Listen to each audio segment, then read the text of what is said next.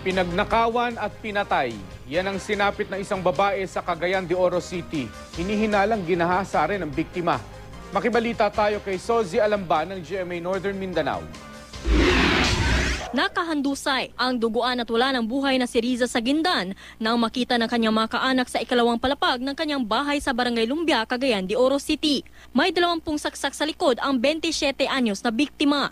Hindi pa tiyak ang motibo sa pagpatay pero tingin ng pulisya malaki ang galit ng sospek dahil sa dami at tindi na mga tinamong saksak ng babaeng college student. Sa investigasyon ng Scene of the Crime Operatives o SOCO, posibleng nagahasa ang biktima bago ito pinatay. On the crime scene, we gathered some biological evidence.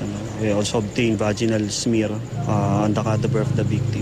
Iniimbestiga naman ngayon ang lalaking kaeskwela ng biktima na huli niyang nakasama sa kanyang bahay bago siya nakitang patay. Iniimbestigahan din ng isang babaeng kaeskwela rin ng biktima na malapit daw sa kanya. Mag-coordinate mi sa SOCO. Balikan na mo ang crime scene para among makon kung basig na pa may makuan dito, makuha ng mga ebidensya. Hindi pa malaman ng SOCO kung ano ang ginamit ng sospek sa pananaksak sa biktima.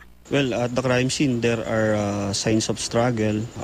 According dun sa mother of the victim, magulo yung kwarto nung dinatnan niya. Hiling ngayon ng pamilya ng biktima, makamit nito ang agarang hustisya.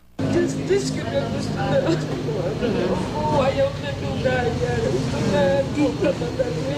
Kulang ang iyang kinabuhi. Bayad sa akong kasalanan.